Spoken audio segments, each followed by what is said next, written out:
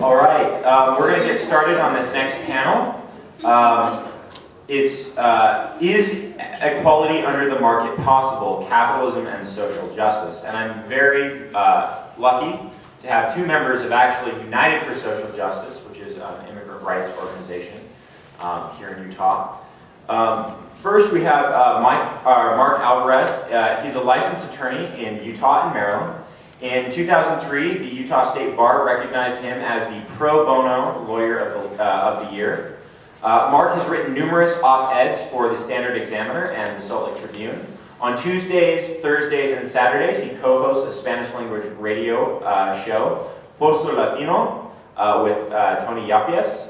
Earlier this year, the University of Utah College of Social Work presented him with a Pete Suazo Social Justice Award in the area of community leadership and advocacy. And again, I know him personally, and he's a close friend. And he is always the first into the breach of any violation of immigrant or worker rights. So that's Mark Alvarez. Next, we have Mindy Hatch, who received a graduate with a master's in cultural anthropology and social transformation. Her research and fieldwork is based on the religization of Salt Lake City and the formation of the city along race, class, and gender difference in the historical present. Currently, as part of various social groups in the city, she is working towards collaborative scholarship and takes an advocacy stance. And again, a great social activist working on especially immigrant rights and oppression of both immigrants and prison oppression. So again, two of my, if you could put your hands together for two friends of mine, Mark Alvarez and Mindy Hatch.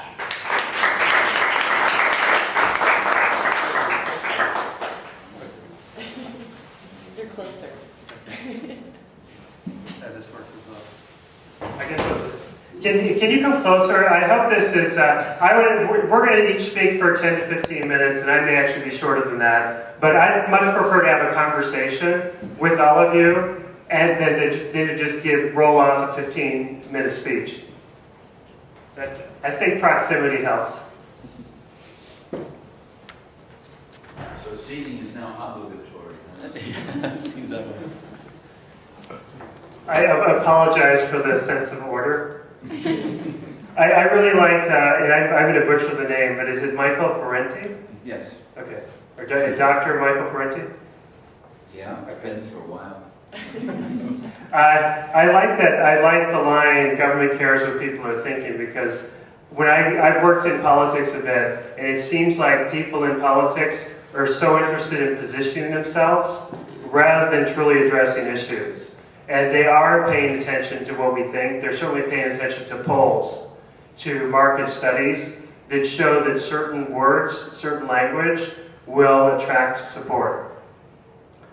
Capitalism, I guess can equality exist in a capitalist system? For me, capitalism is hard to define. According to the Oxford American College Dictionary, capitalism means an economic and political system in which a country's trade and industry are controlled by private owners for profit. The Wikipedia definition is an economic system in which the means of production are privately owned and operated for profit, usually in competitive markets. We need to define terms. What does competitive markets mean? We work in a system, in the United States we think of as a capitalist, a free market system, and yet 25% of government spending is on weapons. There's something, defense spending could be called war spending. How does that affect how capitalism, how free market works? Particularly when big defense contractors seem to be in bed with politicians making a decision on how to spend the money. Social justice is the idea of creating a society or institution that is based on the principles of equality and solidarity, that understands and values human rights, and that recognizes the dignity of every human being. A Wikipedia entry suggests that it involves economic egalitarianism, through progressive taxation, income redistribution, and property redistribution. Again, the challenge is the definition of terms. I think capitalism is very difficult to define. People will define it differently. In the healthcare system, people like to talk about healthcare, especially Obamacare has become a pretty popular term. Check it out on a Google search, you'll get a lot of hits. What does Obamacare address? $1 in $2 spent in healthcare are spent by the US government. Is that truly a free market, a capitalist system? There's a question. 1 out of every $6 in the United States economy is spent on healthcare. I may make some enemies, but I'm going to use the example of Margaret Thatcher. Margaret Thatcher is known as a champion of capitalism. One writer characterized the driving force behind Thatcher's democratic capitalism as moral and social, not just in an economic sense. It encourages a range of virtues. Though Thatcher believed that capitalism worked, she did pose the question, it works, but is it moral? How many American capitalists and American politicians would even think to raise that question? Capitalism may or may not work. There are certainly a lot of critiques of capitalism, but is it moral? To whatever you think of Margaret Thatcher, that is a question she posed. In her book, Statecraft, Thatcher wrote something else. It is important in matters of high politics to know what you do not know. Though those who think that they know, but are mistaken, and act upon their mistakes, are the most dangerous people to have in charge. Seems like Thatcher wrote about American politics over the last decade. Going back to the Bush administration, and especially the decision to go to war in Iraq, we remember, I think the two professors spoke about this earlier, what were some of the reasons given to the American people for going to war in Iraq? Obviously Saddam Hussein's Hitler, but there are weapons of mass destruction. I still remember being in a demonstration against going to war in Iraq, and a woman was screaming, and it was some of my friends, and I said, well, instead of screaming back, let's ask her what her concerns are, why she's so angry with us. We have to go to war against Iraq because that's where Osama bin Laden is from. I just asked, I said, let's not get angry with her. Do you really think that Osama bin Laden is from Iraq? This woman did, as I'm sure you know, from Saudi Arabia. Perhaps the same argument could be turned around on Margaret Thatcher. Were people acting who thought they knew and didn't know and compounded mistakes and kept saying, we're right, we're going in the right direction, stay the course? In the 1980s, I used to run with some professors at the University of Maryland. We sometimes spoke about capitalism. I still remember a history professor, not my professor, I went to Penn State, but a history professor, Keith Olson, said, we all know there's something wrong with capitalism. The challenge is, what's the alternative? And unfortunately, this is a conversation I had in the late 80s. Unfortunately, over the last 25 years, in my mind, I'm not clear on what the alternative is, but that's the challenge. We all know there's something wrong with capitalism. I still have more questions than I do answers. Would wiser and tighter regulation of markets work? How do we deal with mixed economic systems like I mentioned the healthcare system earlier? Or a defense spending system, a weapons system, that allows big contractors to take really our money, to take the money of people who are paying into the federal government, the taxpayer money, and money that really at some point belongs to the society. Again, a healthcare system to which the government contributes about half the dollars is not a free market system. Can capitalism handle winners? I think this is an important question. Can capitalism handle winners? Those people and companies that succeed in a system, this may be true in any system, often have an incentive to keep others from competing. How do we handle that?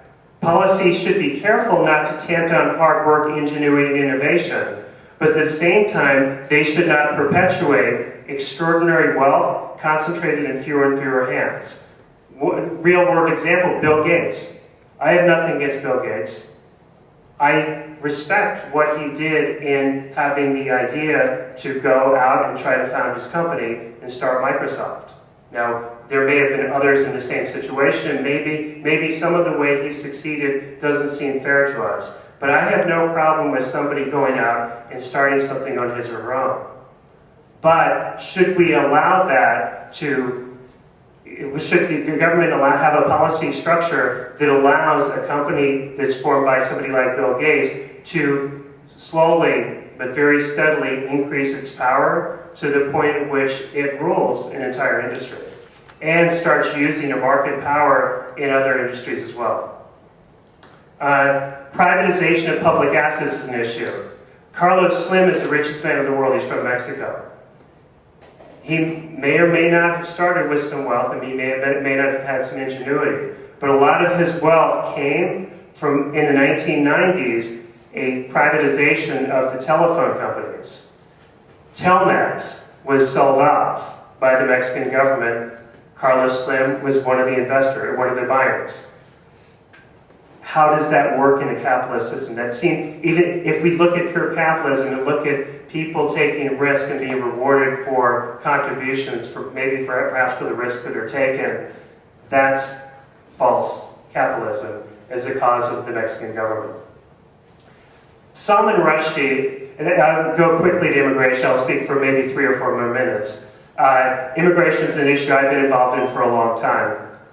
And I've spoken at UVU about immigration reform. It's needed. Really, a broken immigration system is causing real problems in our economic system, and it's holding people down. Salman Rushdie said, "I have become very interested in happy endings, knowing how difficult they were to achieve."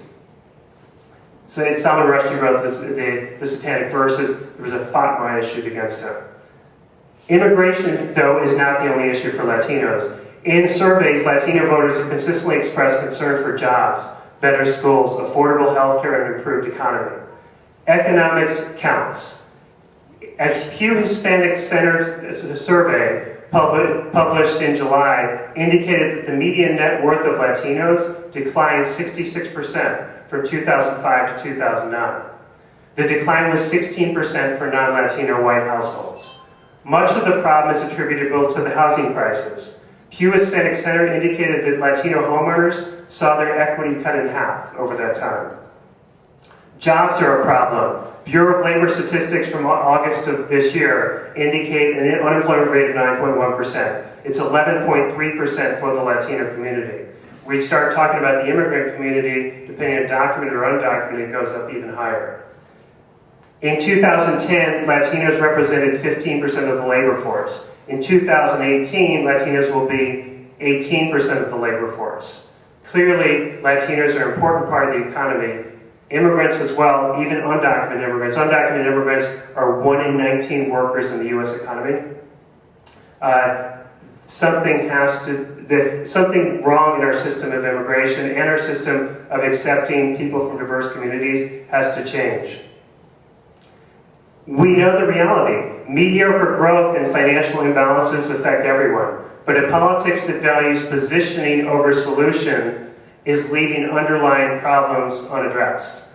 Seemingly limitless wasteful programs continue without sufficient controls. Harmful laws and regulations are not revised or undone. The annual budget deficit exceeds $4,200 per person. When we look at taxpayers, that figure goes up to around $10,000. The national debt exceeds $46,000 per person. This suggests an urgent need for action. On the taxing side, many people illustrate Senator Russell Long's saying, "Don't tax you, don't tax me, tax that fellow behind the tree."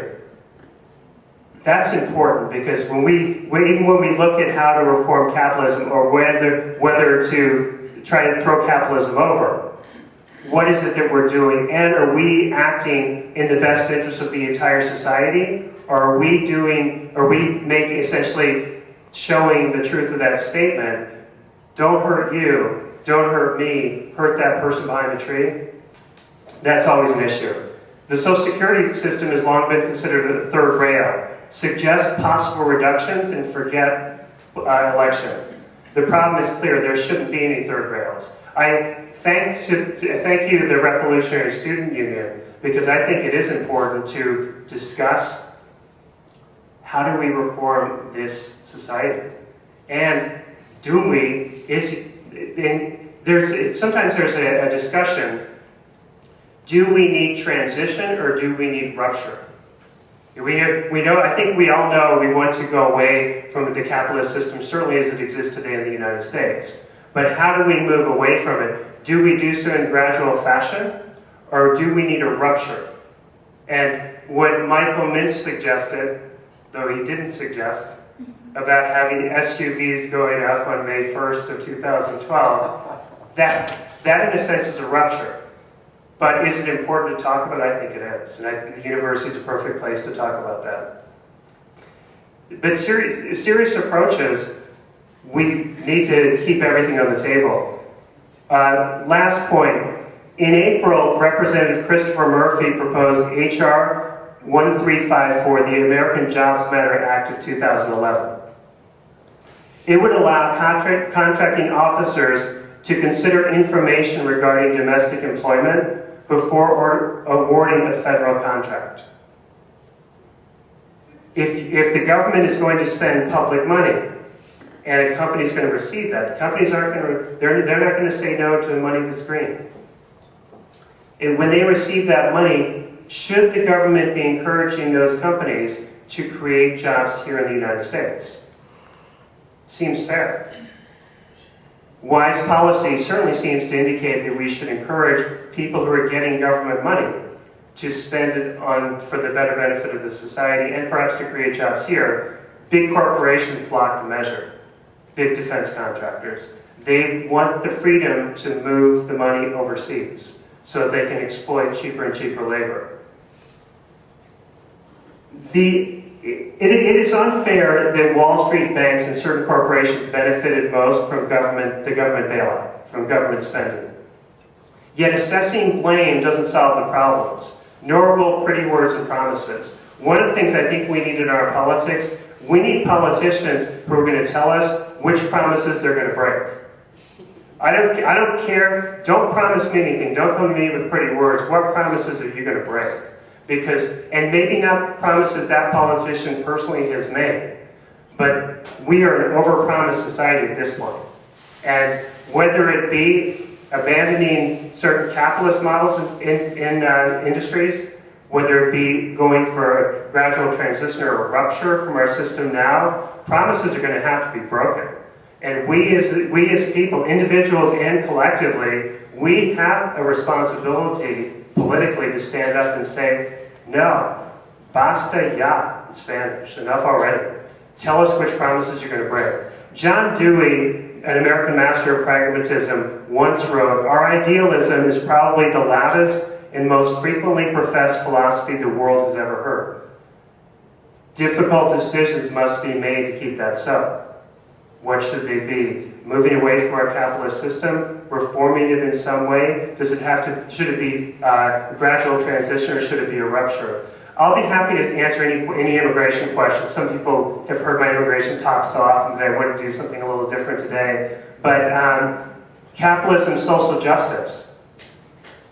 Before we go too far, let's start defining those terms. And let's also start challenging people who define those terms in order to get us to think exactly the way they want us to think in order to maintain themselves in power. I wrote it down somewhere. Dr. Michael Parenti's statement is great. Government does care about what we're thinking, but they care about what we're thinking in order to maintain a certain level of power. In challenging leaders to define more specifically the terms, we're challenging their power, but it's something we have to do. Thanks.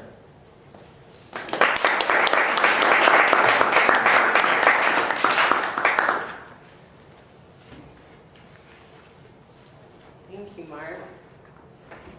I'm glad you went first. I thought you did a good overview of capitalism because it's, to speak about this, it's a very broad, can be a very broad subject. But I'll pick off kind of where you left off in defining terms, because I think one of the main things that we need to talk about is equality possible in the market system is, first of all, what is equality? And this is a term we need to definitely think about. Equal to whom? What is the standard of equality? How do we measure equality? And is equality really what we should be working towards when we're working for social justice? And then again, these are questions that, due to time, I'll merely be able to brief on here. So hopefully these can be ongoing conversations. And as always, as we have action and practice through social justice, these conversations and things can change. So my proposal today, though, is how we in the global north think about equality is shaped by capitalism. One of the main tenets or assumptions, and for many, capitalism's best quality, is that it creates an equal playing field. The capitalist assumption is that everyone has an equal ability to compete in the market, equal opportunities for jobs, equal opportunities for education, equal ability for economic gains. So everyone is equal and has equal opportunities. Those who succeed just work harder. So then the main question is, again, do we have equality? Do we have an equal level playing field? The end of slavery has been historicized, memorialized as one of this country's first greatest social justice movements.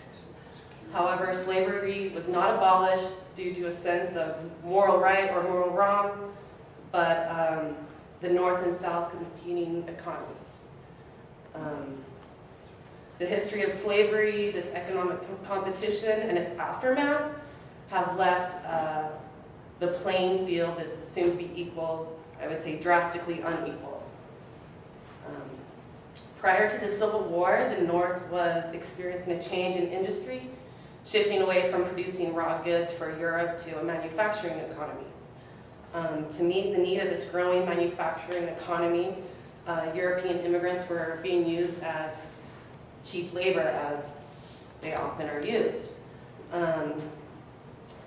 Big business, capitalism wanted and needed to expand and wanted to, as many of you know, move west and into other states as free states. They were worried that the southern states would start manufacturing and creating businesses and using slave labor, and even with their cheap labor, they could not compete with free labor.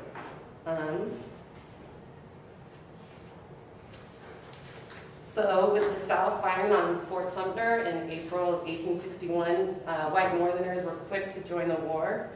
However, already fearful of job competitions with blacks and concerned with more competition from free blacks kept many men from enlisting. Congress enacted the draft in 1863 that unduly affected workers rather than wealthier men who could afford to pay $300 to exclude themselves from the draft. As continues today, workers of different races were pitted against each other for job competition. Blacks became the scapegoat and primary targets of the rioters' anger. Tens of thousands of white workers in New York, many of them recent immigrants, took to the street and brutally beat and murdered, including lynchings, every black person they could find. It's estimated that 400 to 1,000 blacks were killed, and a mob even attacking a black orphanage. The draft law riots and murders of blacks also took place in other northern cities. It was hot and I'm cold. And then Lincoln is historicized, memorialized in our country's narrative as a champion of rights. He's one of our great workers for social justice, for freeing the slaves. He stated in his inaugural address 2 months prior to the Civil War starting that slavery was legal under the Constitution and he had no intention or right to abolish it. He also promised to continue to enforce the Fugitive Slave Act. For Lincoln and the majority of whites, black people were not equals, and he so stated in the Lincoln-Douglas debates. What then, he said, free them all and keep them among us as our underlings? What next? Free them and make them politically and socially our equals? My own feelings will not admit of this, and if mine would, we well know that those of the great mass of whites will not. So since making blacks equal to whites was out of the question, Lincoln's idea of keeping them among us as underlings is what took hold once slavery was eradicated. And what made this possible and has effects for equality in the present is the 13th Amendment, which states, neither slavery nor involuntary servitude, except as punishment for crime, where the party shall have been duly convicted, shall exist within the United States or any other subject or any place subject to their jurisdiction. So what the 13th Amendment did was made slavery legal in prisons. So, in some sense, this was a win-win for both the North and the South economies. The North and the South competing economic systems mated, and their deformed and incestuous inheritance lives on in the prison system, where slavery continues to be legal and thankfully makes a profit. There is currently more black men in prison and in the system under probation than there were in 1850, according to a new book, which I've yet to read, but I want to, by Michelle Alexander, called The New Jim Crow, Mass Incarceration in the Age of Colorblindness. This also means that we don't need to worry, as Lincoln did, about blacks being political equals either, for in prison, and even after their release, they can no longer vote or serve on juries. I argue that this playing field continues to make the playing field uneven. And how this has continued since then has been Jim Crow laws of segregation, black women continuing to work domestically, which, because of capitalism, continues to be an underpaid occupation. A history of lynching after the Civil War was used as a tool to continue white supremacy, both socially, politically, and economically. And lynching continues today as capital punishment, where numerous studies, including reports by Amnesty International and ACLU, have shown that black men are disproportionately put to death than whites, particularly when the victim is white, and are often tried by all-white juries. And again, the disproportionate number of blacks who have been convicted of crimes also keep them out of performing jury duties, so lessening the chance of someone to be able to be tried by a jury of their peers. The war on drugs has also been targeted in predominantly urban areas, black areas, regardless that numerous studies have showed that whites use drugs at just the same rate, if not more. The drugs that white people usually use, cocaine, you don't get as long of a sentence as you do for using crack. So is there equality? Let's see. So I would say that what has been used as social justice is often what I would call assimilation and not equality. And I would argue that equality is not liberation and it is not freedom. I'm going to read this definition. Booker T. Washington, soon after, in the Jim Crow era, became one of the leading black leaders, and he understood that equality was a measurable amount, that it could be measured in dollar amount.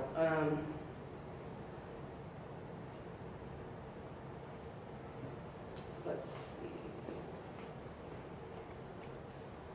Well, this book was about Ida B. Wells, who at the time was working really hard to expose the widespread use of lynching. Booker T. Washington, instead, the accumulation of wealth by African Americans would bring with it the rights, political and otherwise, to which they are entitled. The accumulation of property would not only earn blacks the right to vote, Washington maintained, it would give them the power to end lynching. Washington's advocacy of black self-help and industrial education reassured whites in both the North and the South that the Negro problem was largely the responsibility of the Negro. Unlike Douglas and Wells, that Washington did not rebuke this white South for using a combination of disenfranchisement, economic exploitation, and racial violence to all but re-enslave African Americans. Nor did he ask white Northerners to intervene in Southern affairs. Instead, he maintained that African Americans did not command respect among whites because they did not amount to anything.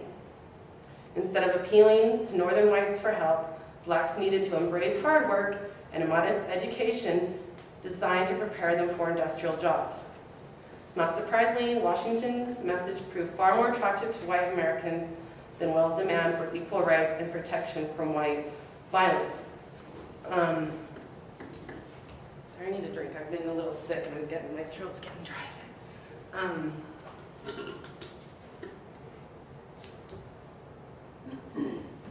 So I would argue this, again, this push for equality, as Washington stated, it can be measured in dollar amount. And so that means for blacks to have freedoms and rights, they needed to assimilate into the capitalist machine and buck up and work hard. But what is liberation? What is freedom? Liberation is the ability for a group or for people to decide what freedom and desires looks for themselves. Oh,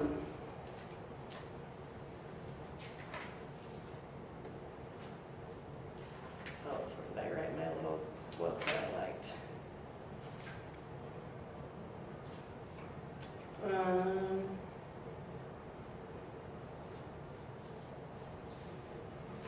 Sure, but liberation is, the ability to choose one's own desire, embracing racial, individual differences, a struggle to define one's own values, what your own priorities, and determine your own fate.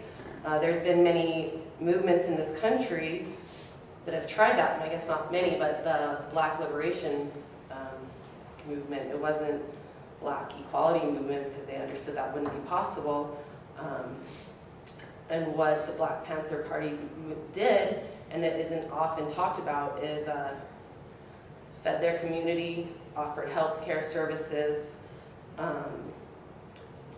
especially particular health care issues that affected the Black community, did arts and education within the community, and that is a threat to an economy that wants to keep people working and low wages and not defining their own rights and own choice for themselves. I also think that these different, rights of immigration, issues of racism, due to capitalism, we tend to have a very individualizing scope. So then we see these issues as being separate. So it would mean, for me as a woman, as a white woman, to just focus on women's oppression, and not to see how other oppressions operate, especially operate under a capitalist system. So I think that one of the things we need to start doing is looking for these linkages, looking for how they operate under capitalism, because, for example, women's oppression is very similar, and equality has been enter the workforce, get a job. It doesn't question what is equality or what these things are. And I could have done the same speech, which I was asked to do, to look at women's rights, but I think it's important to look at these differences with these struggles, and I think it's important to have alliances across these differences, which is why I decided to focus on this today. Let's see, make sure.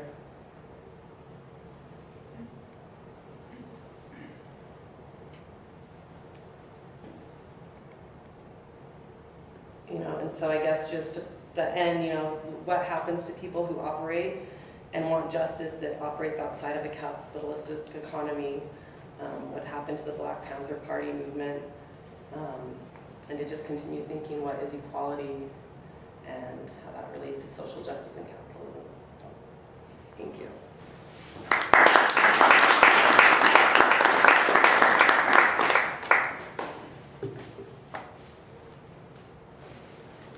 I guess we're interested in what you have to think as well, or if you have any questions. Well, Mindy, I like what you said about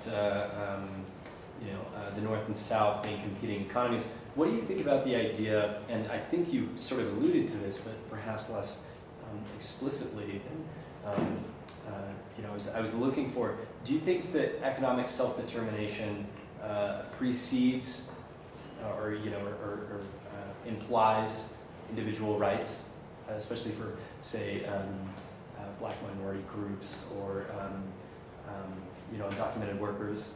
Yeah, I mean, I think economic self-determination should definitely be, did you say impedes rights? I think it should be a right. It implies. Yeah, implies rights. I think it should be, and I guess, and I was kind of alluding but got a little scattered at the end, but looking at people whose economic systems, especially large groups of people, like an individual one person going off the grid is nothing necessarily to worry about, but especially looking at like indigenous groups and movements throughout the world who don't produce for a capitalist economy and are actually oftentimes in the way because they're demanding the rights to their lands. So their rights to their own economic system then gets in the way of the capitalist society. So I believe that that is part of a fundamental right, but wouldn't necessarily be equality.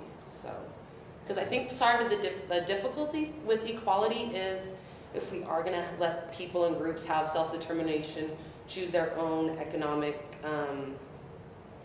system, then we're not able to, then they're not measurable, then they're not going to be equal. So that's kind of why I kind of even want to just throw out this whole idea of equality, because I don't, in some ways, think it's possible, if that answers your question. Yeah, absolutely. Well, and I think at least me and a lot of people within the RSU have thrown the idea that it's the equality of opportunity that we should be striving for. And I speak subjectively, of course, not putting words in your mouth, because it's the idea that it would be more based on merit and sort of this invisible hand notion of, you're just lucky to be born into a, economically more viable state. I don't know, maybe we could throw that idea around, just the idea of, equality of opportunity instead of equality, like everyone has the same this and the same that, and the same, which is, I think, generally the notion, you know what I mean? It is, well, especially in an age of colorblindness. Oh yeah, absolutely. I don't know, in the response, I'm not sure it's exactly on point, but there are about 11 million undocumented aliens in the United States. A large percentage of those are in the workforce. When I think of rights, I usually think of rights within the legal system. Those undocumented aliens are working either without papers or perhaps with papers that belong to somebody else, papers that have been invented. They're in a sense extra legal. I'll tell you, they're not going away. And so it's an interesting question.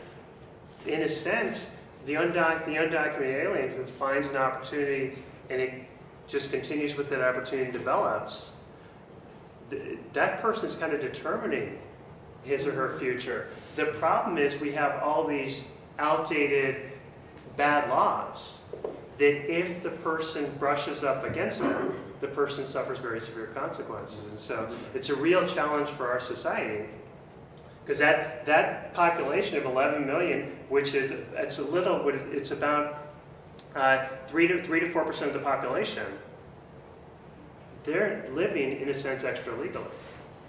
Are they determining, in a sense, their future? Yeah, they are, and they're going to continue to do so, because this is a determined group of people, a hard-working group of people, enterprising group of people. People don't emigrate to other countries hoping to do poorly.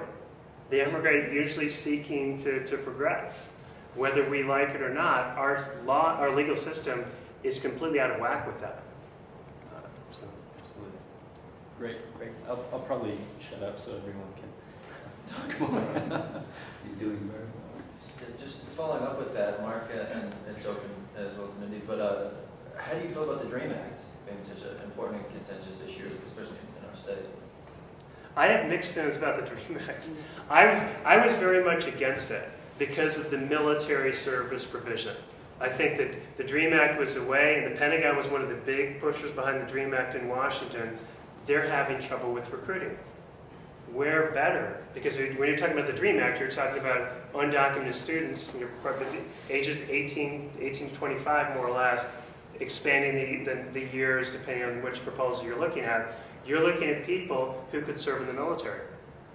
I was very opposed to the DREAM Act. I actually have changed. I favor the DREAM Act, but it was a hard move for me to make. I favor the DREAM Act because I've had some undocumented students talk to me and say, we need it, it's something we want. We're being blocked at every point because we live extra legally in the United States. This is our hope of going in the right direction. And then actually a woman at the University of Utah challenged me. She said, maybe it's our challenge, if there are leaders among us, to encourage people to continue with their education so that they don't have to take the military route. So I favor the DREAM Act, but with a major pain that I think some will be sucked into military service and probably exploited. And it's the people who maybe are most vulnerable who will go that route. Not making a judgment against them. Every person is free to decide how he or she wants to decide. But I think it's sad that our society sets up vulnerable people for those very difficult choices. I'd have to say that I agree, exactly with what you say. For me, it's not usually who continues to serve in the military for a long time of history in this country is, poor, disenfranchised people for numerous reasons. Why I also feel, like you were saying, that this just feeds into the military. But again, for a person that has citizenship, I can't make that call. So I wouldn't want to block other people who, like Mark was saying, that see this as a viable option, especially when so many options have been, shut down. And with what we're dealing with political power, unfortunately, sometimes you have to, how do we go about this? How do we make these changes happen? There's also always that, just overturn the system, but oftentimes that can't happen.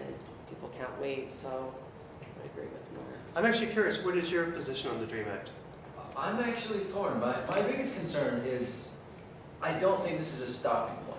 There's so much momentum. I think, speaking personally, it's probably the most, I want to say revolutionary, but not out loud. It does have the most revolutionary potential in changing the current system of relations. And there's so much momentum built up that I'm worried that the DREAM Act gets passed, that's a miracle in its own right, and then the momentum dies. And to me, I'm worried about this being a curbing bill instead of something, that you get a little, you want more.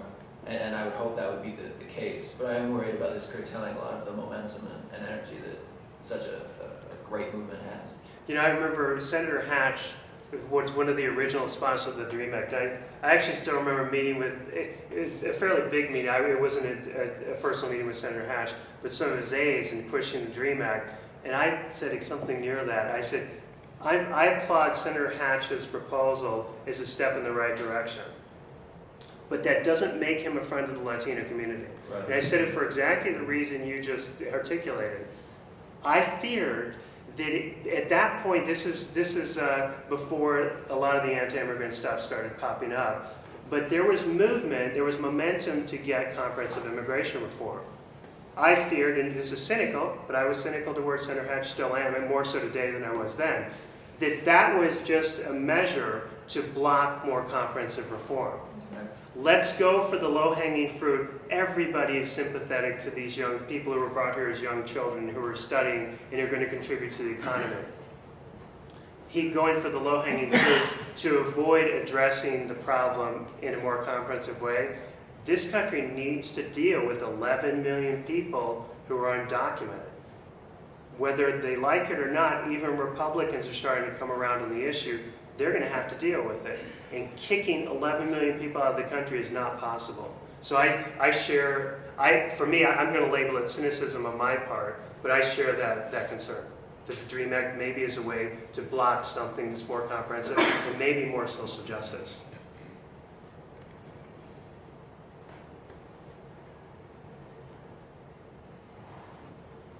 I have a question, and it's kind of an abstract question, and it's related to the previous talk with Dr. Parenti.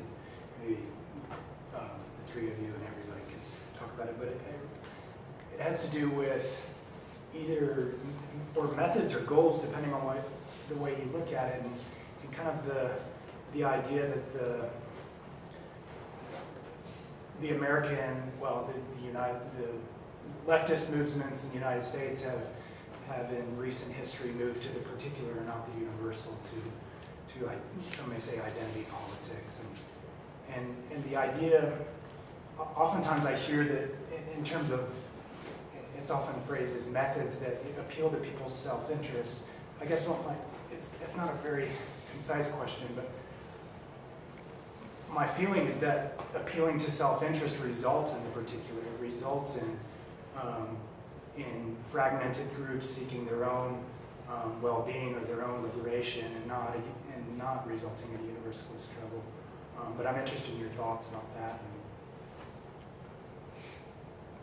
I know certainly unfortunately sometimes Latino leaders, of which I consider myself an ordinary person. I do speak, I guess, I have a radio show in Spanish, and so I do reach a certain percentage of the Spanish-speaking population.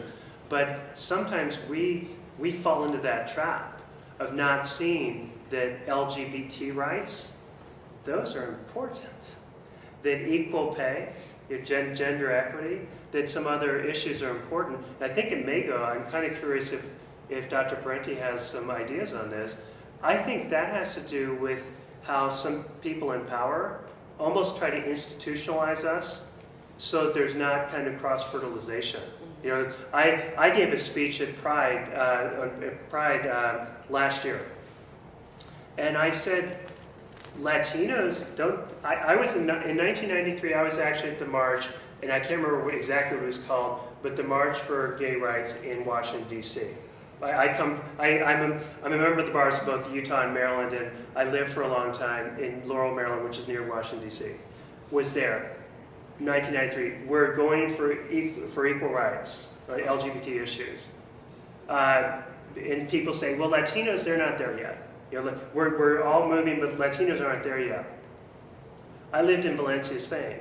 I actually went from 1993 to 1996. I went to a wedding of two gay men at a bar. At that time, it's unofficial, Spain now has marriage equality. Mexico City has marriage equality. Argentina has marriage equality. Don't let anybody say that Latinos are slow on these issues. Institutions of power and people in power have done what they can to say, to divide us so that we don't cooperate across these issues. For me, immigration issues, they're human rights issues. I don't care if somebody's Latino, Asian, Chinese, Canadian, it's a human rights issue. So are LGBT issues, as are gender equity issues. I don't know, I've spoken a little longer. I wanted to see if... No, and I mean, I definitely agree, you know, and I tried to hit on this at the end too, like what is it that makes this individualizing force that makes us just look at these different things so separated? Because then if we did see, you know, LGBT, you know, for example, issues is often an issue of immigration. And even if it isn't, with, you know, we were to come together across different races, different sexualities, different genders, then we have enough people for what they were talking about before, for like millions to strike and march. It's when we become fragmented. When we start looking at the movements and history of social justice movements in this country, from the beginning, from the abolitionist movements to then white women working for the right for them to vote, it has become very fragmented along the way. We have a history of this, particularly in this country, so it's not anything new. So I think it's really important.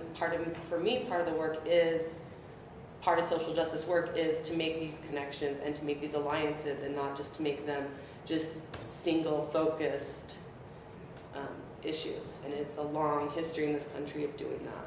You know, maybe something else, I think it may go to touch back on capitalism. Brown v. Board of Education, some of the civil rights movements. There are some people who have suggested that reforms in those areas came about because the United States had to clean up its image. It actually came about as a defense of capitalism. And so, I've given actually some arguments, and I make arguments for immigration reform. I'll continue to make these because I think it's important to just keep making good arguments.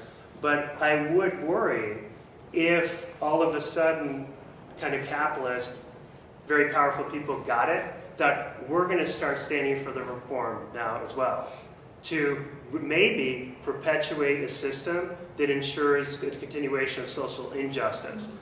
Good example, Utah's immigration solution. And Utah's immigration solution, where we're going to give guest worker permits to undocumented workers living in the state of Utah. Who was behind that? Sutherland Institute, Chamber of Commerce. Why are they behind it? They know there will be a strain on Utah's workforce if the economy gets going to a certain degree. There are stresses in agriculture. Park City, the resorts, the hotels. So you may have heard about the Grand America recently having had to lay off about 120 people because of documentation problems. Grand America's had a hard time filling those positions. And so they may try to co-opt immigration and looks like social, I'd be happy, I want that, but I don't want that to happen so that social injustices can be perpetuated. I have that kind of rolling back to your question. Then how do you do it? That's a problem I've had about it. When George Bush and I are both on the same side for immigrant rights, but he's doing it to deflate wages to keep a cheap labor supply, then there's a question of economic justice that comes into conflict. And how do you resolve that? We've had 40 years of identity politics and cultural politics, but the class issues have often been just overlooked. And by class, I don't mean sociological categories, upper, middle, lower. I mean class power issues of expropriation of wealth, abuse of labor, and exploitation and all of that. I haven't been able to resolve it in terms of immigration. And you've done a lot of terrific work in that area. But, Well, I think one way to do it is that now I heard one of the Republican presidential candidates, actually a lot of them are repeating this line now, we're for legal immigration. We're just against illegal immigration. Well, that's class warfare. That's class warfare because the great majority of people who are here without documents had no legal way to come here. They had no official way to come here. And that's mostly true for people who don't have as much education. The undocumented community is very diverse, from the very, very highly educated people to people who have very little education. But in going after, we're against illegal immigration. They're against the people, frankly, Mitt Romney is one. He had 2 undocumented people working in his lawn. And yet the hypocrisy of his standing. They all do. They all got nannies and house cleaners. That's one. Another thing is that our immigration system is very skewed to highly trained professional workers. We have visas open for those workers. We don't have visas open for the people who are going to work in Mitt Romney's yard, or work maybe in the hotels where he stays. He doesn't see them because they come in. They're like the invisible workers who come in and do the cleaning. We need to adjust our laws so that all work is respected. One of the problems we have now is that highly skilled workers, those who look nice, they're welcome.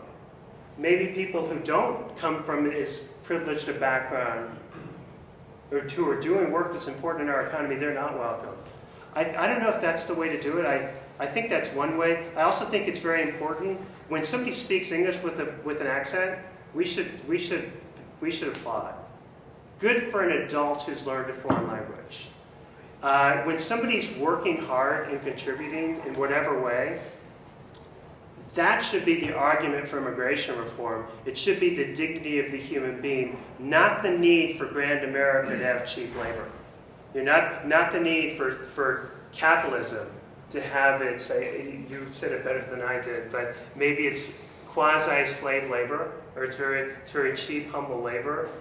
That's not the reason for immigration reform. The reason for immigration reform is we should respect the dignity of each human being. That's what I don't think George Bush did. I may be wrong, but the way immigration reform need is phrased from the right is all about having that cheap labor force available here. Hope that's a start anyway. Yeah, they have enough pickers when the harvest is coming. Yeah. Well, I see that Professor David Knowlton, who's a great speaker, great person, is here, and I think he's starting at 3. So do we want to wrap it up? Are there any final questions? All right, then let's give this wonderful panel a hand.